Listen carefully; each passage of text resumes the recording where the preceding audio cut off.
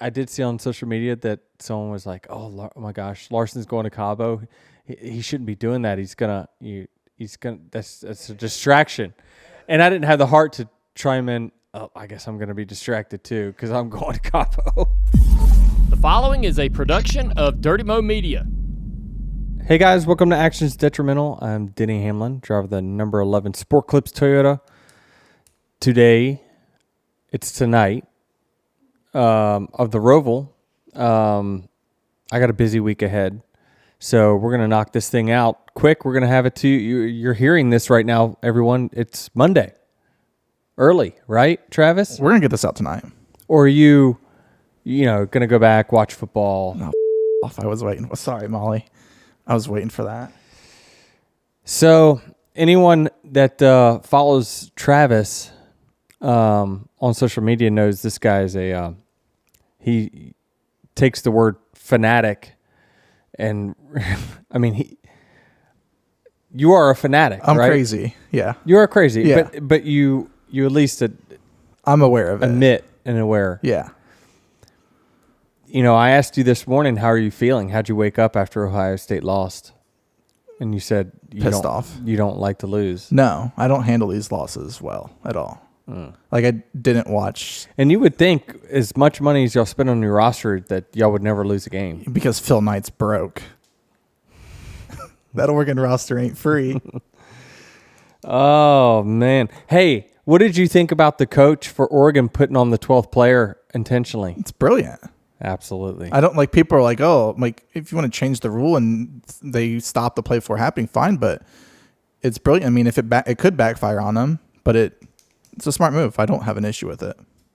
Yeah, I got to watch the game with some friends down in Charlotte. It was an exciting game for sure. But how's Charlie doing? He's fine. He's fine. I think, I don't know. He may have been searching out a comfort companion to make him feel better after that. I don't know if he succeeded or not. Anyway, where are we starting to? Let's start with the breaking news. So here's the breaking news. Look at my sheet here. Can we zoom in? No, you can't. You can't even really see it. We had Bowman. Bowman was in, and Travis just gave him the old scratch through and said, "No, you're not." I guess this got announced 30 minutes ago from when we started this podcast. So he's out for now. His car was too light in post-race tech.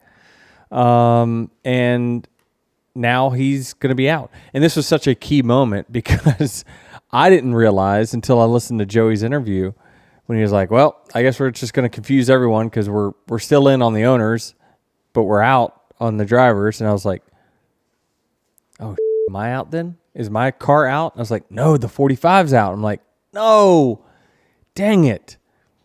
Out by 1 point. And the reason is because, I mean, this is just so complicated. Like, avid fans, we own the team and we couldn't for a little while figure out why were we 5 points short, but our driver's in. And this goes back to the Kyle Larson missing Charlotte. So the 5 car won the owners championship in the regular season, but Tyler Reddick won the drivers. So Tyler Reddick, the driver, had 5 more points than what the car had. He made the cut by 4 points. Well, the car was 1 point shy. So that was all pre-Alex Bowman DQ, and now everything changes for now. Yes, pending an appeal. I could tell you, has Hendrick ever lost an appeal? Every one of their penalties has been tweaked. But there's most of their penalties, I feel like there's a little more like there's levels to it, where this I feel like is more black and white. So I agree with you. Because I'm thinking about this. I'm like, how are they going to get out of this? They can't touch the car. NASCAR is going to impound the car. Surely they're dying to just get within a few feet of that car to find a way to get some weight in that thing somehow, some way. But I think they're screwed. but I don't know. I just think, you heard Brad Moran. Well, if you didn't hear him, he said that they give a weight. They kind of give you a fudge factor there of, he said 5%. It's 0.5% of the car weight as a kind of a buffer. And that's 17 pounds, and they didn't even meet that. They allowed them to fuel it up. They allowed them to purge the water system. That's the first I've heard of that, but maybe that's pretty normal. I'm not sure. And he said it still was not enough. So, Can we back this up a little bit? How does Sure. a car go from being in weight to out of weight in a race? Well, it was in weight on Saturday. A lot of things happen between Saturday and Sunday. I mean, you just don't know. I mean, Sure, but we rarely see these types of disqualifications, So, oh, I know. I was first in 63 years, buddy. I don't know. I don't know how or why. Listen, Blake Harris, his crew chief, used to work for Joe Gibbs Racing. He used to work for Furniture Row back in the day. I mean, he pushes it. He pushes the edges, all the edges. And, maybe he just got too aggressive. I don't know. But, if they're more than 17 pounds underweight, I mean, that's a big chunk. So, I don't know. We don't know if it's 17 pounds. Well, he said they give you 17. well, he didn't specify But they could be how 1 much pound weight under. he was off. They could be 1 pound under. Right. But so if he's 18 pounds Okay, I see what you're saying. under weight, then that's DQ. Right? Because you're 17 under, you're like, okay, you're within that 0.5. I see what you're saying. Yep. Right? So, I mean, listen, all weight matters, all of it. I mean, these crew chiefs, these teams, they fight for every pound that they can get out of that race car. These things are tanks when it comes to how heavy they are. And so, I mean, it's hard to even get your car, down to minimum weight. These things are heavy. So I don't know. I would say it's pretty black and white, like you're saying, Travis, but I just never count out Hendrick when it comes to an appeal. People are going to immediately look to that when Bowman took flight on the front stretch and question, does that have anything to do with this? Do you think that would have anything to do with this? I mean, I don't know. I'm uneducated in this moment. Again, we're 30 minutes from the news. You'd have to lose a pretty heavy component. And that'd be easy to prove. Mm-hmm. Mm-hmm. But also, wouldn't it be laying on the track? Possibly. I mean, it can bounce off the wall. It could go into the... who knows? And didn't you say this car is so sensitive that if you did damage to the bottom, his car probably wouldn't have been running like it did, right? Yeah, I just think more maybe, I don't know, suspension. We're spitballing together right now. I'm not sure. I'm not sure how it could lose significant weight. I mean, I know there's a way. I just don't know how or why. And so, and the problem is I just don't think NASCAR cares. That's why they give you that buffer. It's just like speeding on pit road. If you speed on pit road, you weren't 0.3 miles per hour over the speed limit. You were 5.3 miles per hour over the speed limit. That's why they give you that buffer. They don't expect you to take that. They're allowing for things to happen on the racetrack that could alter the weight of your car. Let me ask you this from a ownership standpoint. How big of a move is this for you guys having the 45 in the final 8? I mean, big. I mean, what else do you want to say? I mean, we were at the best we were going to finish. What are you doing? I'm taking a photo of you and Molly in the background. She's beautiful, isn't she? I just, What was the question? I just like how much monetarily are we speaking? Well, we don't know yet, right? So what's the difference between 8th and 9th? Well, in the historical, usually Oh, 'cause it's a over good a rule of 3-year. thumb, right, is wherever your car is ranked in the rankings, right? And they use currently it's a 3-year average. Starting next year, it's going to be on a 2-year average. You basically can say that the car will bring in about $135,000 more per position that you move up. Now, that doesn't include the purse, the year-end purse. Now, that's a number as well. I just don't know it off of my head. But, every position you can move up, it's an extra $135,000. But if Tyler were to get eliminated and not go to the Final Four, then he'll get reorganized back in points with the other 12 that didn't make the Final Four. So they all get reseeded based off of how they did for the entire 10 weeks. Which I propose, in my opinion, that's how they should do it for everyone. Like the win and you're in, should someone go from 35th in points to no worse than 16th because of one win? I don't think so. I think that once you're eliminated, you should just go back to re-racking wherever you were in points, or that's where you're at. Just, the Final Four, sure, lock them in or whatever, but everyone else should be, your whole season should be taken into account on your charter ranking, not just one race. This puts Joey Logano back in the playoffs now. Like I said, I'd be hard-pressed to... For now.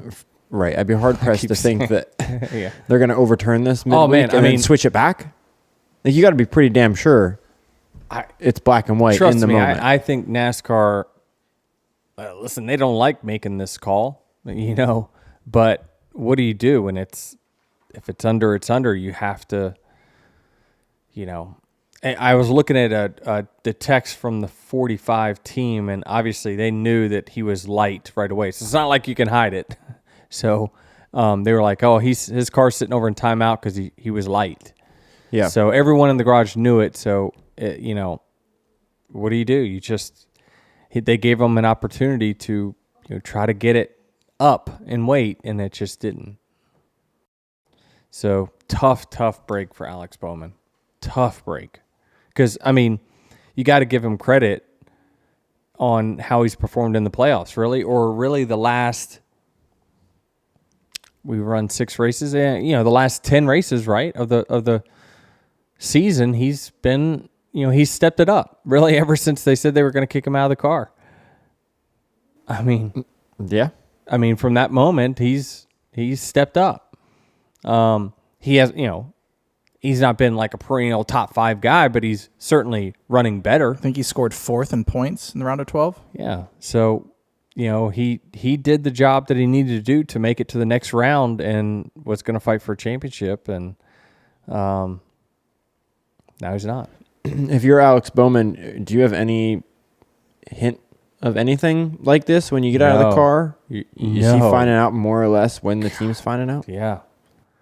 Which is such a tough break. I went through it, right? I had the trophy. I was on my way out of Pocono. I went through the tunnel, and I saw Chris call. He called me, and I immediately, my heart stopped because I'm like, oh, shit. I know the race is not official, and so at that moment, I'm just thinking, why is he calling me? Is there something wrong with the car? It's the first year of the next gen. Everyone's kind of trying to figure out, like, what can you push? What can you not? And he's like, hey, man, they're throwing us out. And so your heart drops. And I felt it, and it sucks for Alex Bowman. How much weight would you have to have missing for you to notice when you're driving, do you think? I don't know. Because those cars are so heavy. Yeah. Hundreds, a couple hundred. I don't know. Certainly it would be a significant amount before you would actually know or feel. But, that's our ass telling us that. That's not the performance of the car. It's a linear line. You just keep lighting it up, making it lighter. It will keep going faster.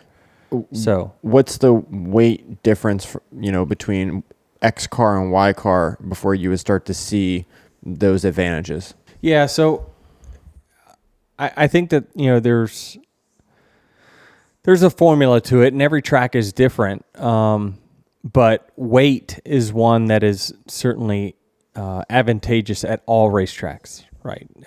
If you are lighter, it's an advantage at all racetracks. Now, there's some that there's things that people we pay attention to as race teams, and that's the center of gravity. Well, you want your center of gravity as low as it can get, on short tracks, right? But at Talladega, it doesn't matter. It's not a needle mover on lap time. Weight is one that is, if you look at the kind of the graph of, okay, if I were 5 pounds lighter, 10 pounds lighter, 20 pounds lighter, there's a number to it on how much per lap it's faster.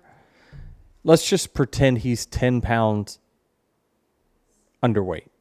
That's just a random number, 10 pounds. My guess, and this is a absolute guess, is it's probably 0.01 or 2 laps, per second faster than if you put 10 pounds in it. But, over the course of 100 laps, add that up, right? It's it matters. So, it's a couple of seconds, right? Is that right? Does that math add up? 0.01. Yeah, it's like 100th faster, and it's 100 laps. It's a second. That's if everything was totally equal.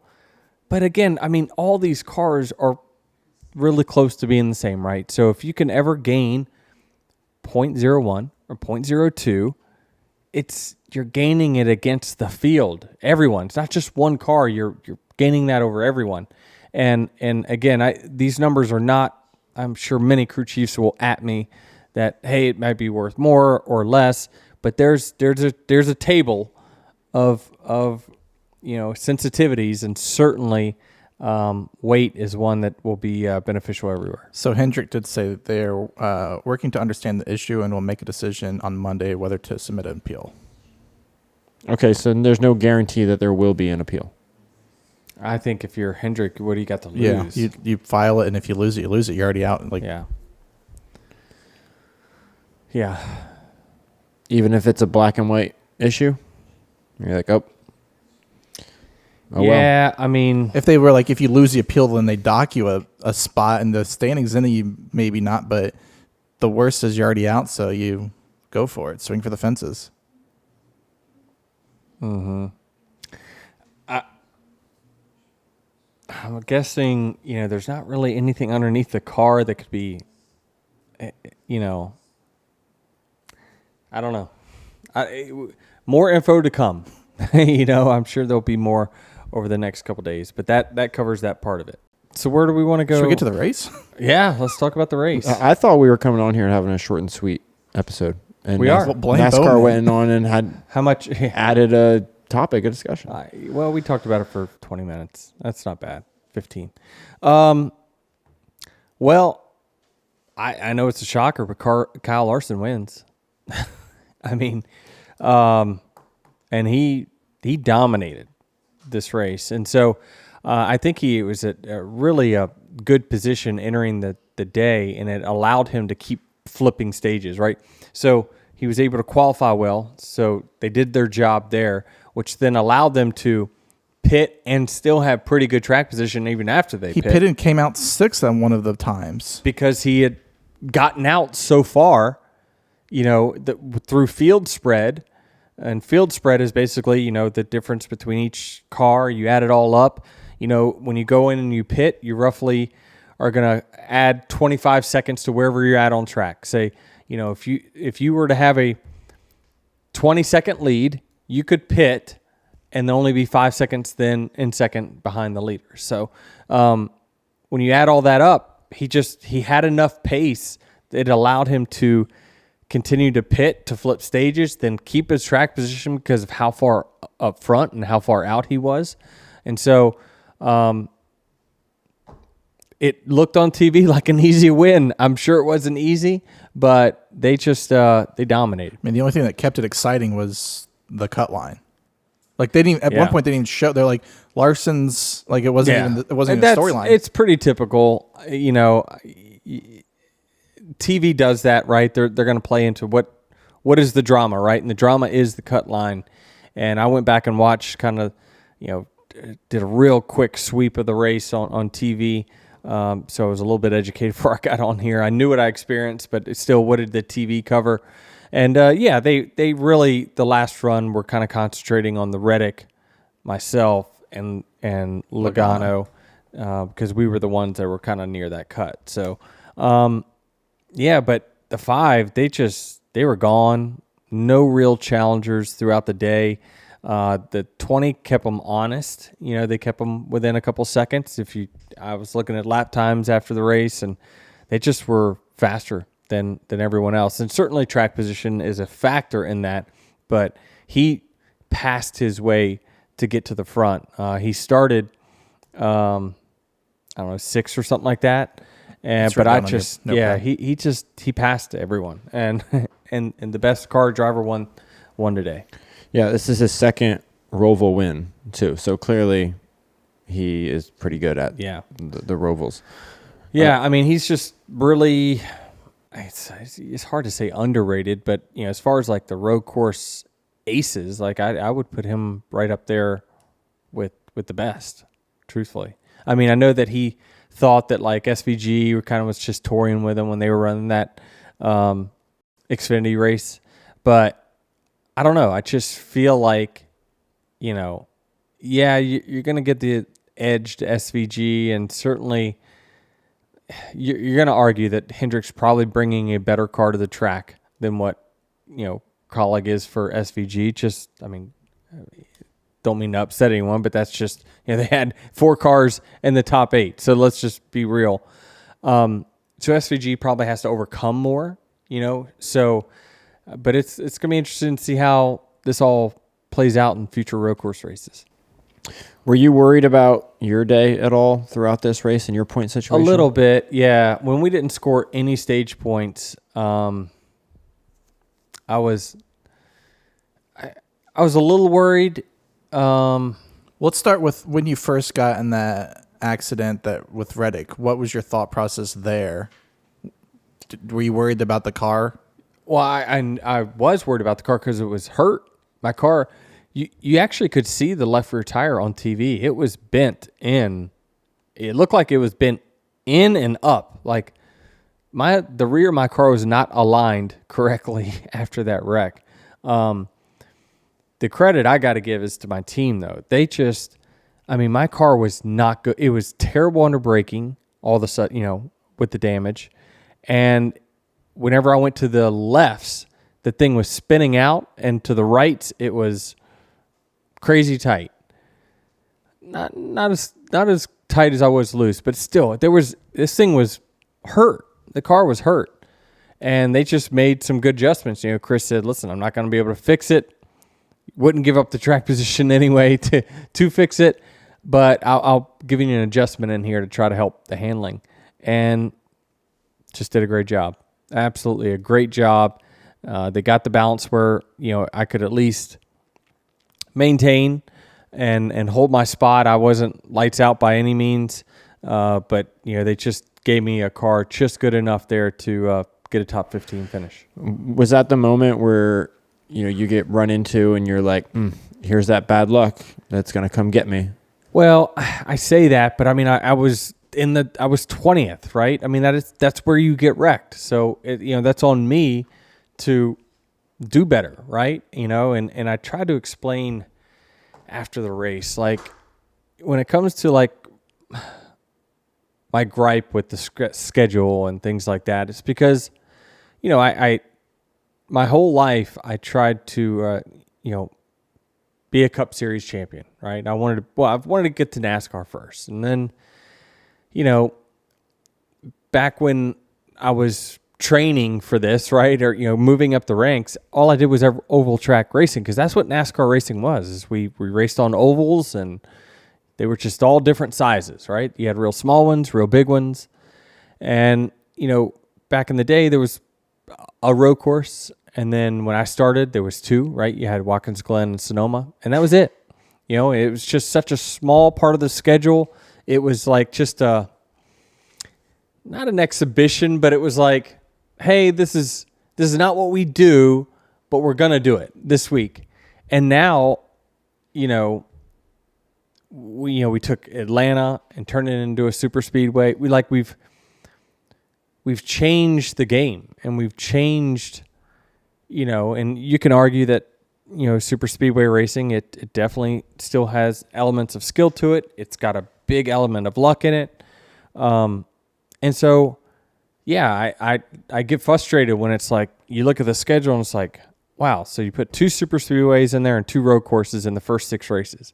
We get 2 conventional NASCAR tracks that we have been. That's our roots. That's what we've always done, and it's what what made NASCAR great is circle track racing.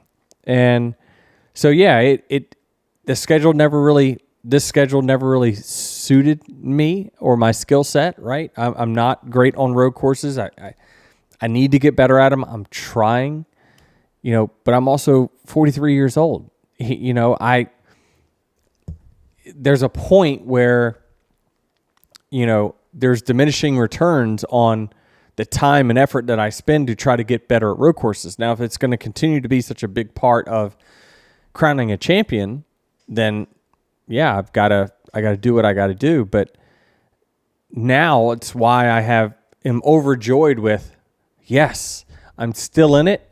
And now we're going back to traditional NASCAR racing, which is what I wanted to be, is, the best guy that knew how to make circles faster than everyone else.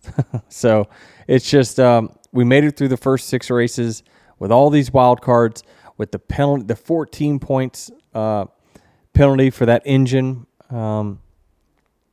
We made it, and now sky's the limit. I commend you for realizing that you run 20th. That's where this stuff happens. But didn't you watch that replay back and think like, man, Tyler, where are you going? Yeah, I mean, I was giving him a little post race about it, because I was like, damn it, you almost killed both of us, right?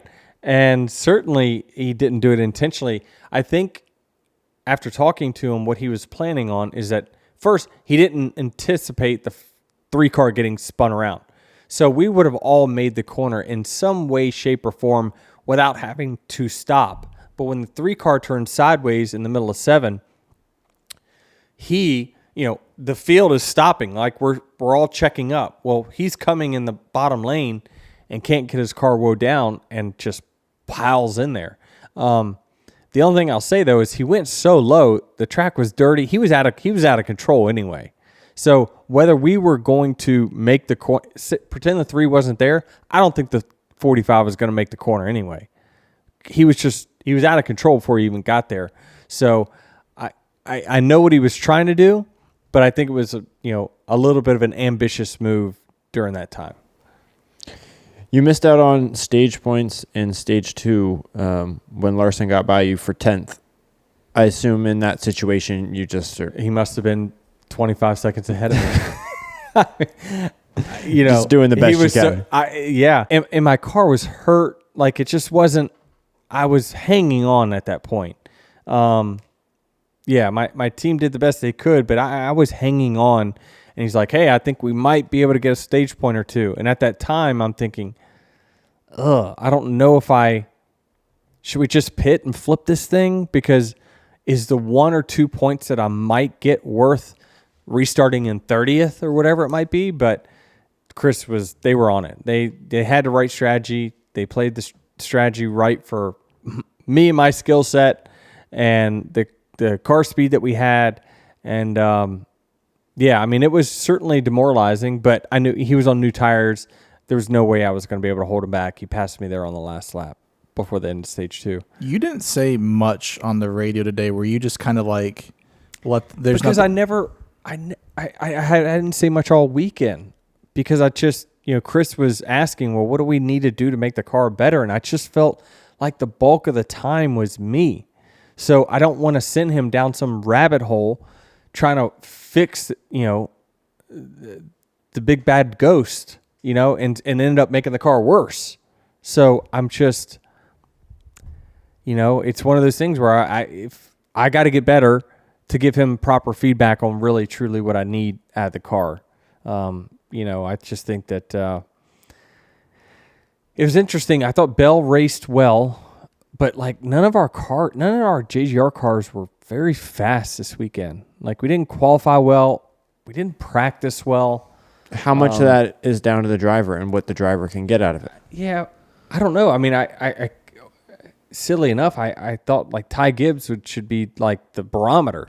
Like I felt like he's had the most outright speed on road courses for the JGR cars. Seabell's right there with him. Seabell's got better results, but I felt like when I saw how slow Ty was, it was like, man, I'm that slow too, and it was like 3/4 of a second, so it was no small amount. But I feel like I closed that gap on race day. But I still have more work to do, and it's just something about the Roval too that just I don't know. It's off cambered. It's there's banking at one. You could be running like in turn 2, and there's more banking on the high end than the low end, and it's just again this was put together a little different. So from your own perspective, where do you think your skill level at the Roval is comparing to the rest of the field? I don't know, I'm 23rd best, 25th best, probably, truthfully. Yeah, I think that, you could probably put 24 other drivers in my car. It might go faster. Now, there's more to it. You got to manage the race. You got to manage your risk. You got to get the best finish, right? But right. I finished, I was going to finish 13th until right at the end. I gave Kyle the spot. But I don't know. I just feel like, raw speed-wise, that's where I'm at. Or that's where I was this weekend. I've been closer than that. I've had more speed than that. Last year I had more speed. There's been other road courses where I've had more speed, but this one just wasn't very good. Yeah, I just think listening to you talk about this, it's fascinating perspective in that, you said you were quiet this weekend. You didn't want to give Chris any rabbit holes to go down because you realize, okay, we're not going to win this race. So then what is a win for us, which is just manage my risk? Yeah, it was, but I just, I also just, I was also trying. I don't want to make it seem like I was just, hey, don't get in a wreck here, whatever. Like, I was trying. I truly was trying, and there were no laps really that I took off and said, let me just be a little more conservative here. So again, it'll take some work and some breakdown to figure out, kind of where I can improve. But generally speaking, I'm just really happy these first 6 races are done. Speaking of Kyle Busch, the one time that you were kind of talking on the radio was right at the end when Kyle was on your tail.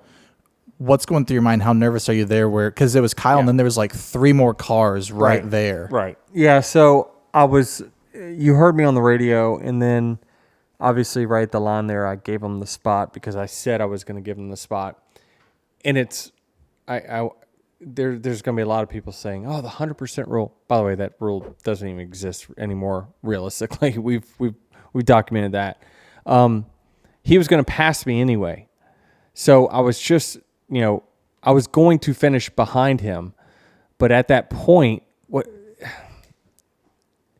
I didn't want to get past with 3 to go and then get swarmed up by another car and then another car, and then next thing you know, there's a caution 2 feet before the line, like Parker Kligerman, and the next thing you know, I've given up the spot or 2, and I get swarmed on a restart, and next thing you know, I'm out.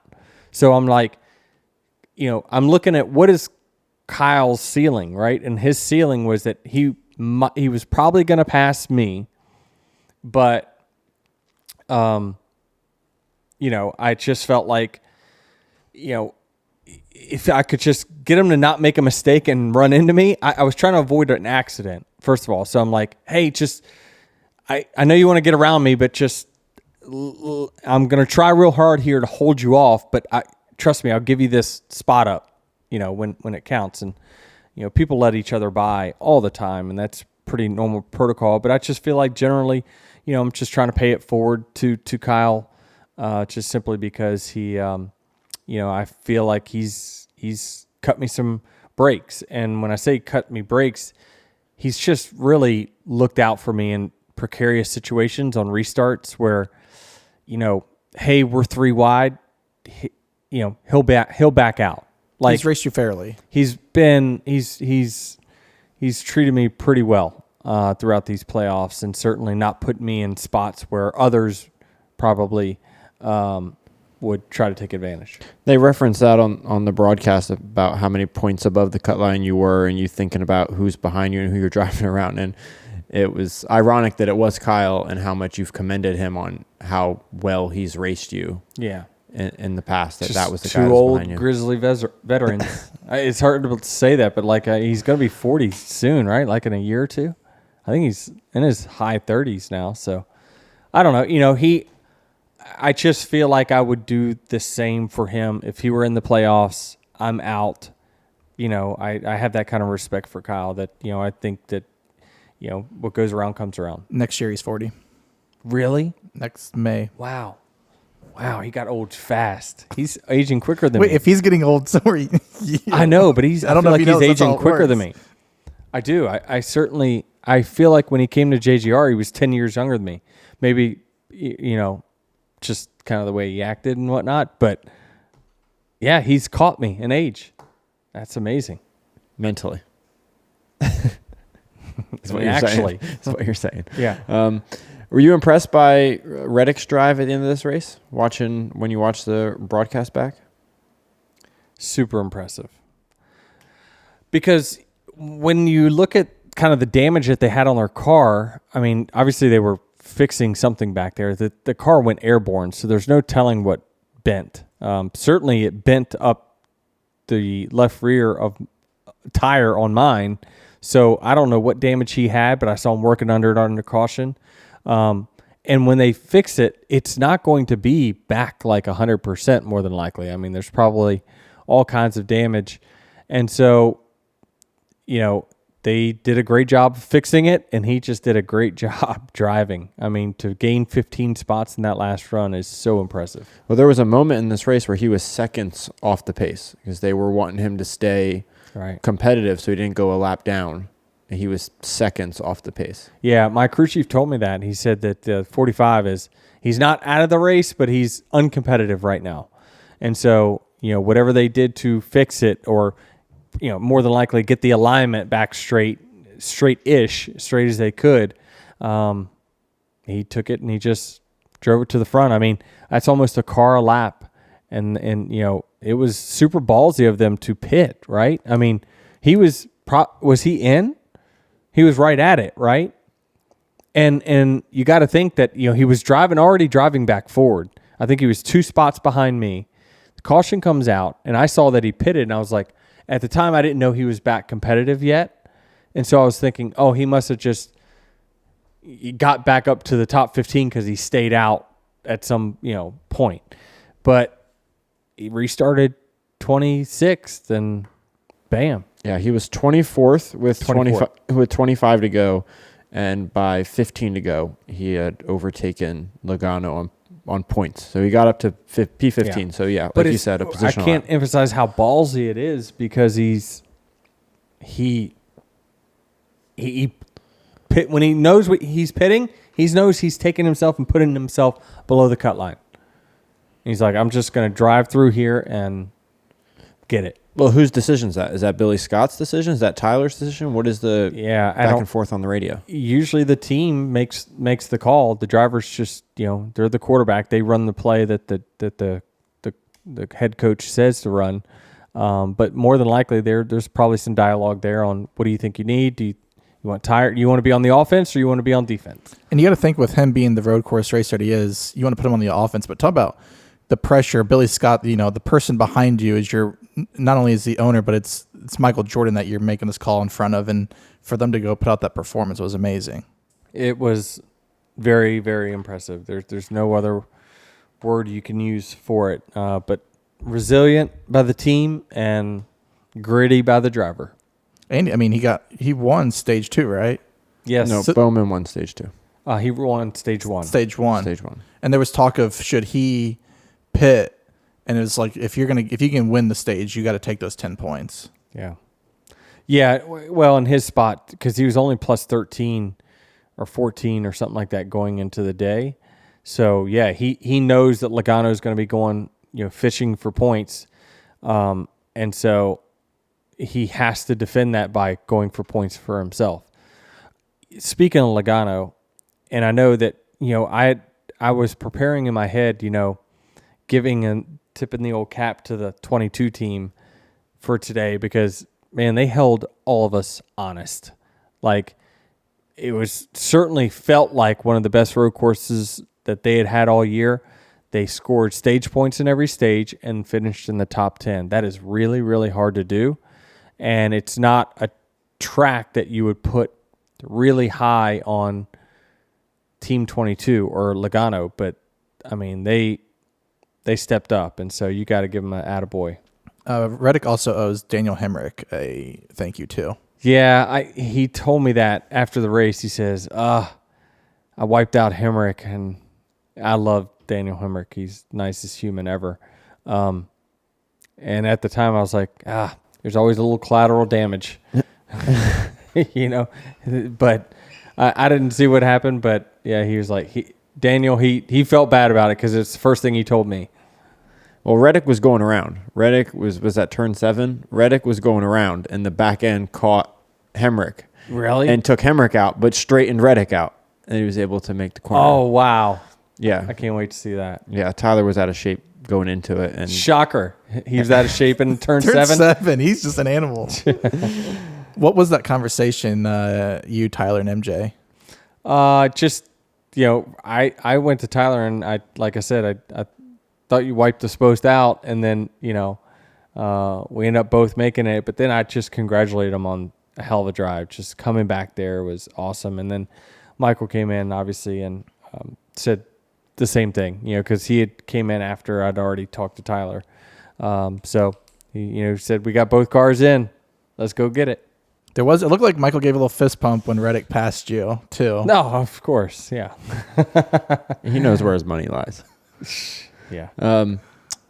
Are you surprised that these are the 8 drivers advancing to the round of 8, considering all the chaos and whatnot that's mixed into these rounds of the playoffs? Let's list off the 8 just in case Say people know.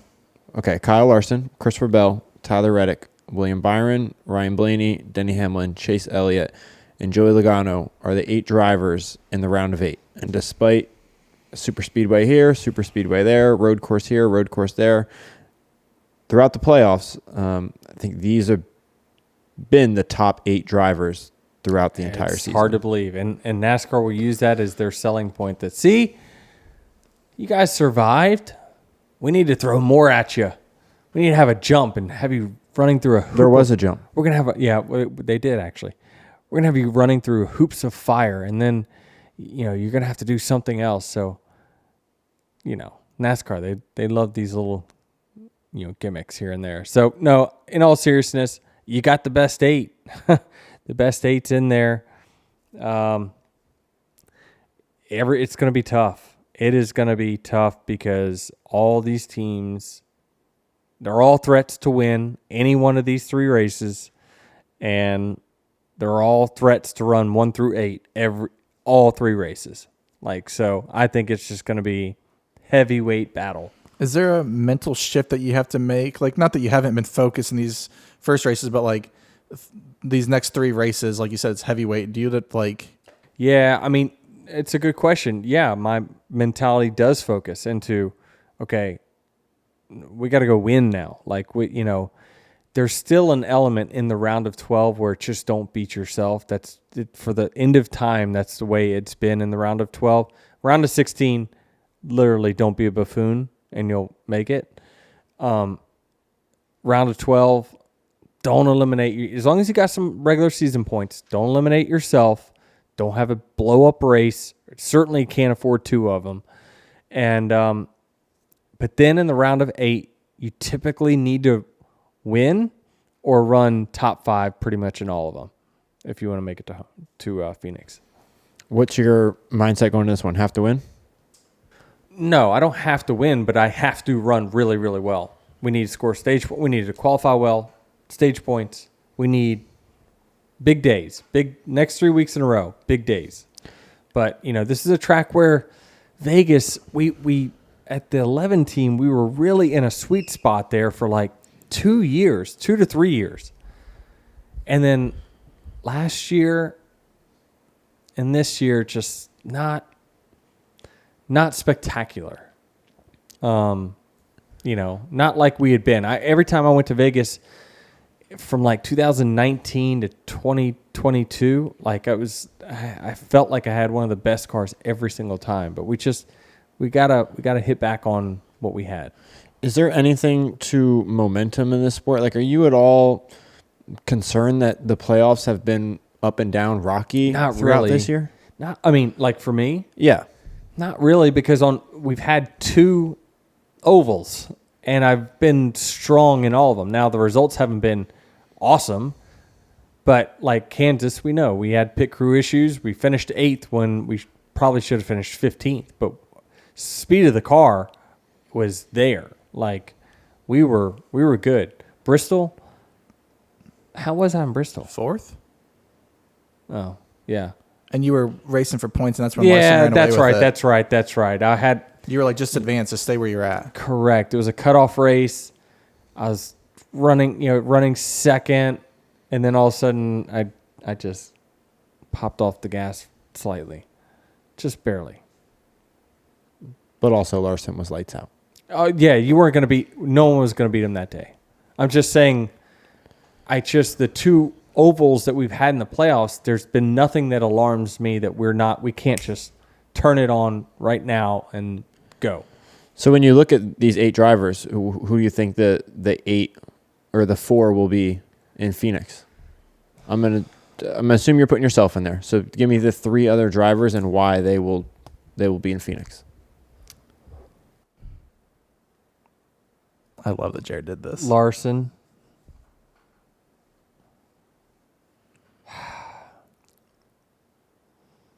Bell's. God dang it. He's been there the last 2 years. I know. He's had some good fortune to do it, though. He was in trouble Homestead last year. All of a sudden, a very, very timely caution when I think daggone Larson hit the barriers or something like that. So Larson, I don't know. I'm going to hurt some feelings here. Damn that. This field is stacked. This is the way it should be. In my mind, these are the best 8 drivers that we've got. You've got what, four champions in there?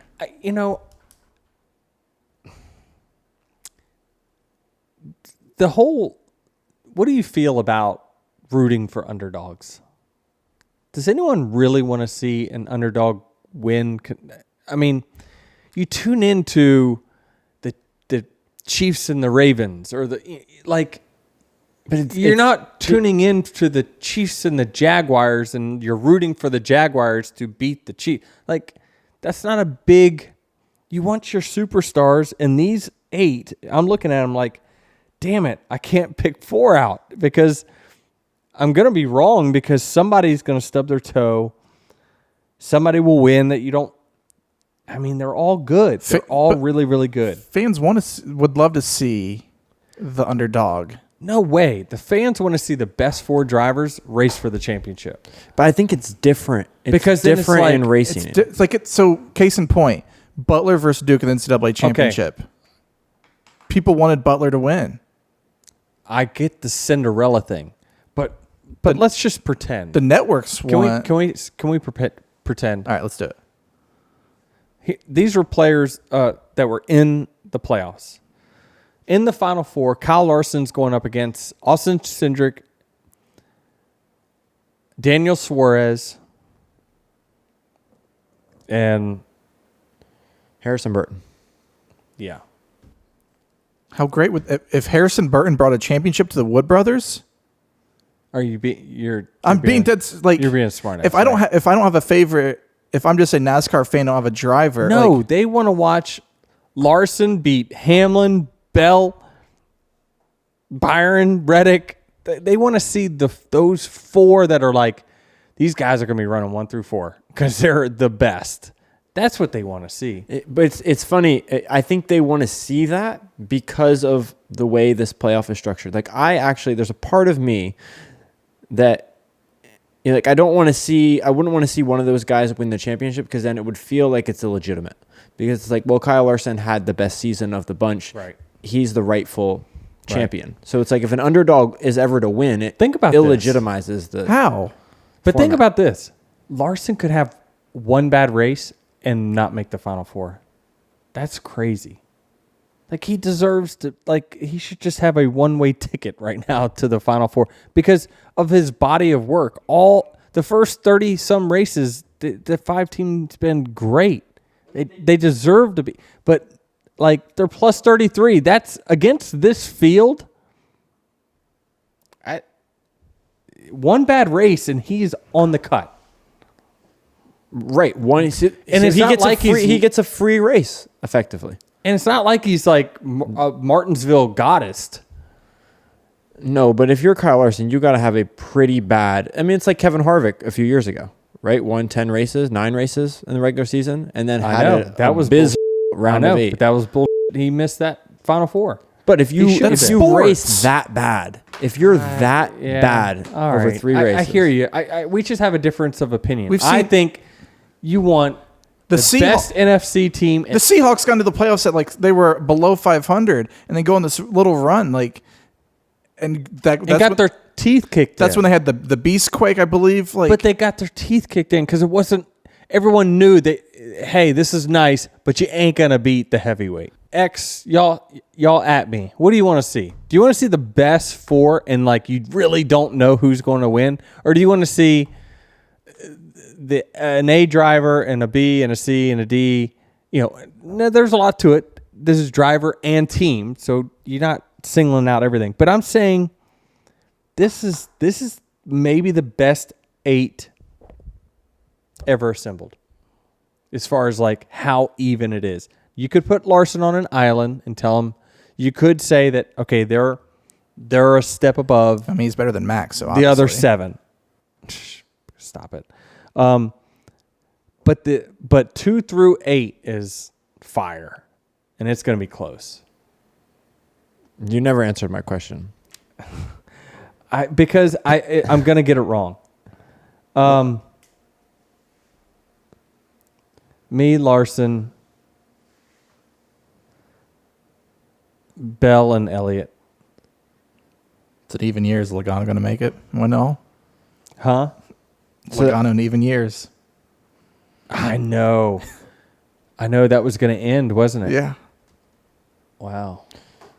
The drive is still alive. So that means you're betting on Chase Elliott to win one of these races, most likely. I just think things never go as you think they. I think we're going to have at least one non-playoff winner. And I just winner. think he's solid enough. I think he's got the best average finish. So what tells me that he's not going to just run top 3 at all the races, if not win? I don't know. That's my Final Four, and I know it's wrong, but that's what I got. Okay. Do we want to go into this Xfinity race? Do you want to touch on this Cup race more? No, I think we pretty much got the Cup covered. I mean, we should talk. We should mention this stuff at the beginning. Early on in this race, NASCAR was enforcing their rules, and that you air needed quotes. you needed to have, I don't even know if I'm going to get this right, 4 tires or at least 2 tires on the pavement or the rumble strip. They couldn't, 4 tires couldn't be in the blue at the same time. So y'all saw my tweet where I was like, wait a minute, no, I think you have to have 2 tires on the asphalt. And then I went to the NASCAR comms chat. Let me make sure. This is really concerning, a driver tweeting about the rules before a race. I'll tell you what's even crazier. I'm going to make sure they didn't respond before I call them out for not responding. I got to make sure. I got to make sure. But isn't this what he responded at 2:07. I was in the car, Brad Moran. So you texted the comms chat. What? At 11:09 a.m., I said, hey, Brad, because he says all 4 tires on the non-track side of the red and white rumble strips. We reviewed it, and it was inconclusive. Oh, because someone sent a picture of Bubba's car. McDowell says, oh, we still playing. So anyway, I said, so your left side tires can be on the red and white, or they can be on the asphalt. I said, hey, can you clarify? And so when we were all riding in those horse trailers, they got us pinned up on like horses now. They put them on us on these trailers, and they parade us around. I think they had 13 of us on each trailer, or 12 on each trailer. I had at least 6 or 7 ask me, hey, did they clarify what the rule was? So we did not know. But don't you have a driver's meeting? Yeah, but they didn't address it. Well, why didn't you bring it up? No one ever asks questions anymore. We have our own chat to ask questions. But if there's what's the purpose of a driver's meeting if you could? Oh, it's a charade. It's just for the people. It's just for the VIPs. Well, that's your chance to speak up and make them. There's not one driver listening to that video that they play. Well, how do you know they didn't say it there in the video?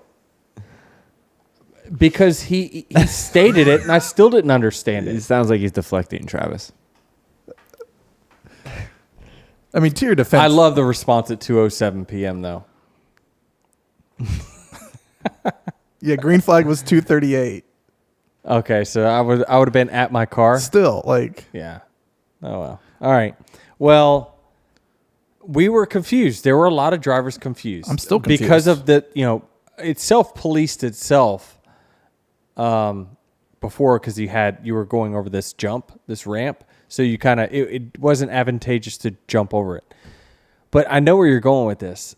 You're talking about William Byron did the same thing. Who was it? Yeah, Bubba. Yeah, Bubba got called for it, and then William Byron was right behind him, did the same thing, and didn't get called. He was in the video. Latart's doing a telestration, and boom, there's Byron. Not only that, they replayed it on TV. You can see blue. I'm zooming in here. Here we go. You can see blue on the driver's side of his car. So I thought it was funny that they're like, here, look at this. This is why Bubba got penalized. Oh, I see the tweet. But the clarification. Bubba's was more egregious. There's no question about that. We got to be real here and say that, okay, well, Bubba missed it by but you either 2 feet. You either miss it or you don't. I don't disagree with you. You're not kind of speeding pregnant, or you're not speeding. Your car is light or it's not light. Byron missed it by 10 inches. Bubba missed it by 2 foot. That's the only difference. But if you can see blue on the other side of your car, that's to me, I thought it was a penalty. And I just thought it was funny that they replayed it on TV. So NASCAR had a second and a third look at this and still didn't call it. So Mike Ford tweeted, the 24's front and rear lefts are touching the red-white strips. Very close, no doubt, but not a penalty. And my thing is yes, they're touching them in that frame shot, but if you rewind No, he it, didn't say that. he tweeted Mike it out. Ford, stop it. We have a picture, a still picture. So what he's saying, how about this, is that the tire is touching the white, the left front, and the left rear tire is touching the red back here. But he's clearing, he still has to run over the blue. It's impossible for him to not run over the blue here. He quote tweeted, Ed, all things fast 89. And the first thing he did was give Ed credit for a good screenshot. Really? Said, first, this is a damn impressive screen grab by Ed. That was the first tweet. And the second tweet was, even better shot. So he's saying that... he's saying that all four tires have to be on the blue. He's justifying the call by NASCAR, but at least he had 4 tires on the blue, Travis. If you see blue on the left side of your car, that is a penalty. I'm saying what he said. I just found it ironic because I didn't go on social media. I watched the race back, and when I saw the bubble penalty, I watched them slow-mo this thing, and I was like, didn't the 24 just do that same thing? Before we wrap up, we have to touch one more time on NASCAR officiating, and this comes in the Xfinity race, is that they did not see a car buried in the wall for a good 10 to 15 seconds before throwing the caution, milliseconds before Parker Kligerman takes the white flag. I was hoping we would just skim right over this.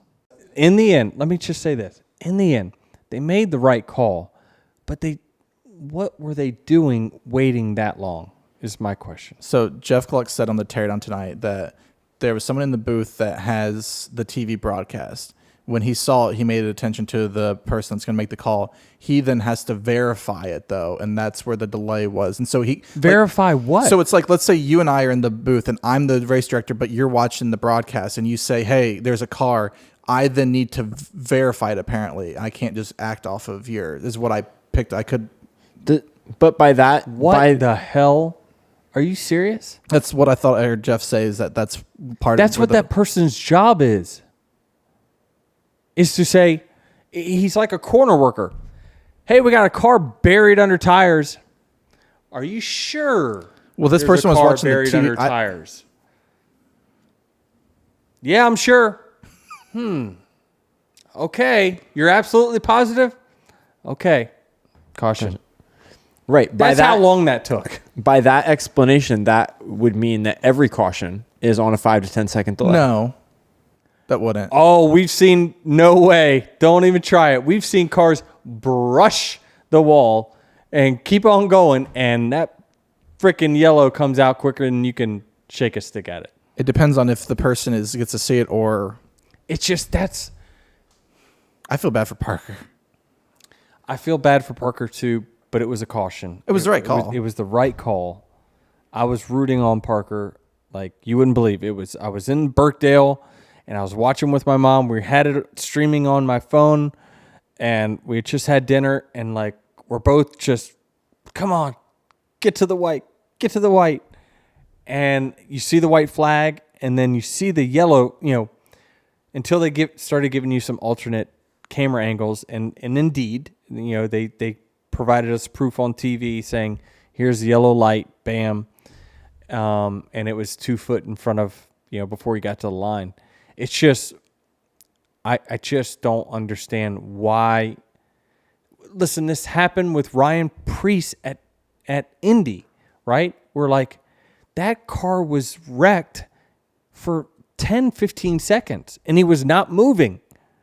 That car, by the way, was not moving out of those barriers. And by the way, even if it did move out of the barriers, there was going to be tires everywhere.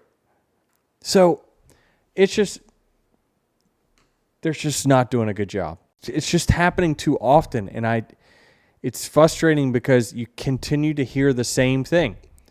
We'll look at it. With the information, these are every week it's the same thing. We'll take a look at it and we'll make adjustments.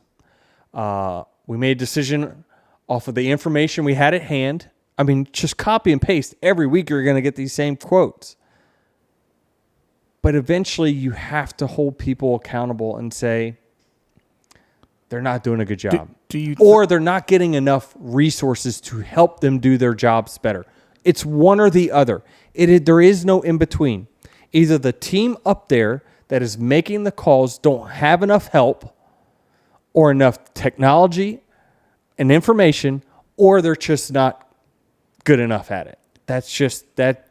It's one or the other. It cannot be anything in between.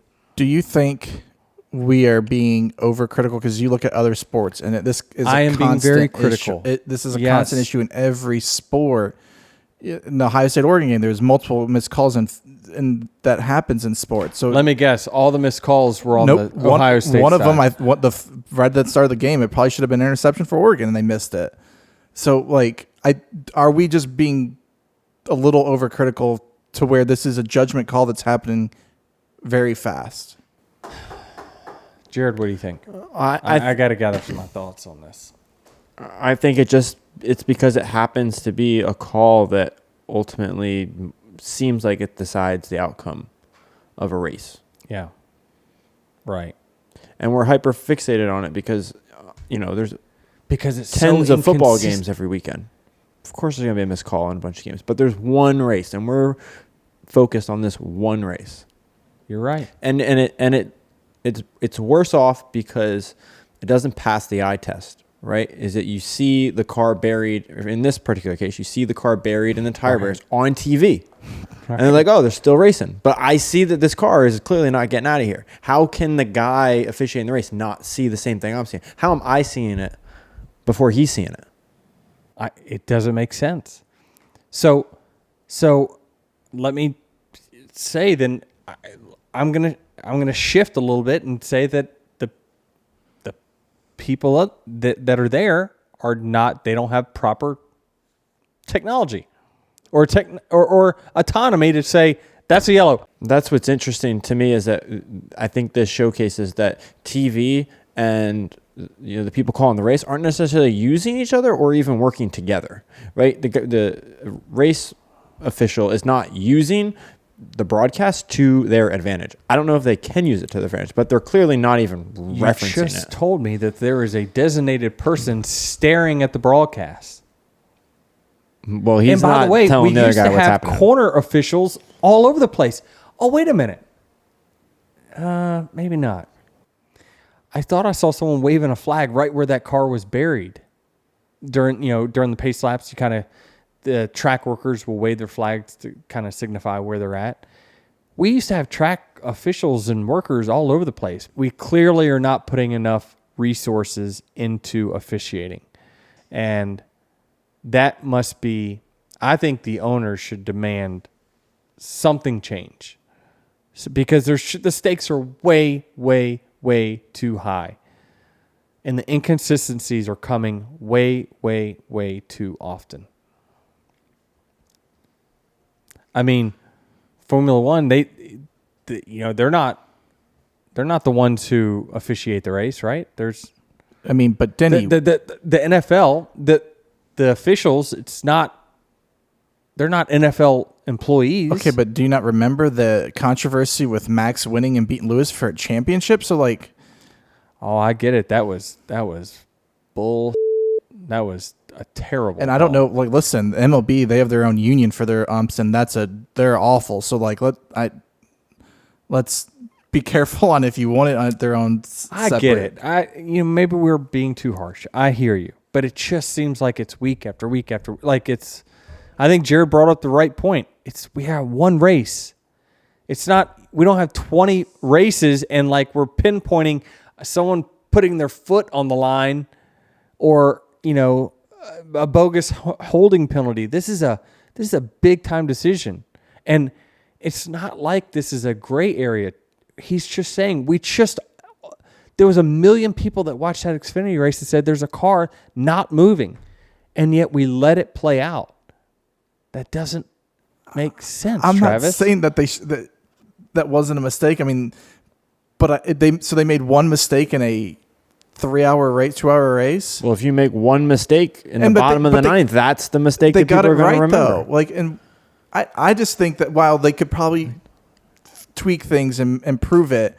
I just think we are just going in on them a lot. I'm all for NASCAR giving the people there more resources. Let them, give them an opportunity to redeem themselves. It's not going to come in 1 week, not going to come in the next 4. Let's check in the next year and say, are we more consistent or not? Because I just truly believe we are as inconsistent as we have ever been in this sport. And the stakes are just too high. I'm sorry, it's just too high. We've got... I mean, we could go on for days talking about this. Some calls are just worse off than others. Yeah. We got a review here from JKZ3319. I grew up a Tony Stewart fan, but now after listening to your podcast, I'm a Denny fan. Thanks for all you are doing for this sport and great podcast. Appreciate that. Thanks for that review. Just met a bunch of our podcast fans this past weekend. I appreciate y'all all getting me shouts out there at the racetrack. I saw you sign a some 11 stroller setup car. I did. That thing was homemade too. It was pretty awesome. We did it during JGR Fan Fest Day at Charlotte Motor Speedway. So just did we signed 300 autographs and did a little Q&A. So that's what their fan day has been over the last couple of years. Worked well.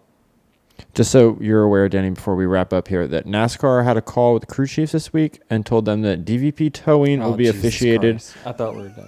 We are done. I'm just letting you know so you're aware, because crew chiefs are aware. They said the rule did. Okay. Travis, this is what we're talking about. I'm not saying how they're perfect. Egregious. Like, it's as if I don't even want to get into it. But this is what we're talking about, right? They went from we're not towing your box back to the pit stall to all of a sudden we're gonna start pitting you. We're gonna send y'all back to the pit box. Let's just figure out whether you. They changed the rules mid playoffs in the middle of the race. I mean, Travis, they threw the yellow flag while we are still in a red flag condition. We have to do better. This is my plea. We have to be better because I'm telling you, there's people in my mentions that have had enough. And as a car owner, I spend way too much money for there to be this many inconsistencies. Well, okay. Yep. Expect DVP change, by the way, for those listening. They will now, if you've wrecked, they're going to tell you your pit box. Technically, there's been no rule change because they said we're not changing the rule, but here's how we're going to do it from now on. Sounds like a rule change to me. Expect DVP to undergo significant changes for 2025. Okay, I finished the read. I'm done. I'm done with officiating. Be sure to rate, review, and I love the NASCAR officials though. Everyone there, they're nice. They're nicest people ever. I have such a good relationship with them one-on-one personally, but damn it, they probably say the same thing about me. I wish he would shut up about this, but man, we deserve better. Is there any that you're close enough with that would come chop it up with you in the off season? Oh yeah. Like Elton Sawyer. We talk and certainly he's had to hand me down penalties that he probably thought were close. I love Elton and David Green. He's kind of head of the on track, boots on the ground officials. They're all just great people. They're working their tails off. We don't say thank you enough to the NASCAR officials who got to put in tons of hours. It seems like as many as what the team guys have to put in. I love watching Bob Pockrass's tweets when he's like, cars are going through tech and it's still nighttime. Yeah. Man, these guys work hard. Be sure to rate, review, and follow wherever you listen to your podcast. Also, click subscribe on our YouTube channel. We put the full video every Monday. Well, appreciate y'all tuning in. We live to race another day, so let's go Let's go tear them up on the tables and tear them up on the racetrack. I saw where I need to just kind of let these podcasts in, but I did see on social media that someone was like, "Oh my gosh, Larson's going to Cabo. He shouldn't be doing that. He's gonna. That's man, a if this distraction." was NFL, and I didn't have the heart to chime in. Oh, I guess I'm gonna be distracted too because I'm going to Cabo. If this was NFL, that would be leading off first take. Remember when like Tony Romo went to Cabo? It was the biggest thing ever. Playoff distraction. We'll go there, run 1-2. Larson and Hamlin headed to Cabo before the Las Vegas race. That's right. All right, well, I'm going to go get distracted. See y'all later.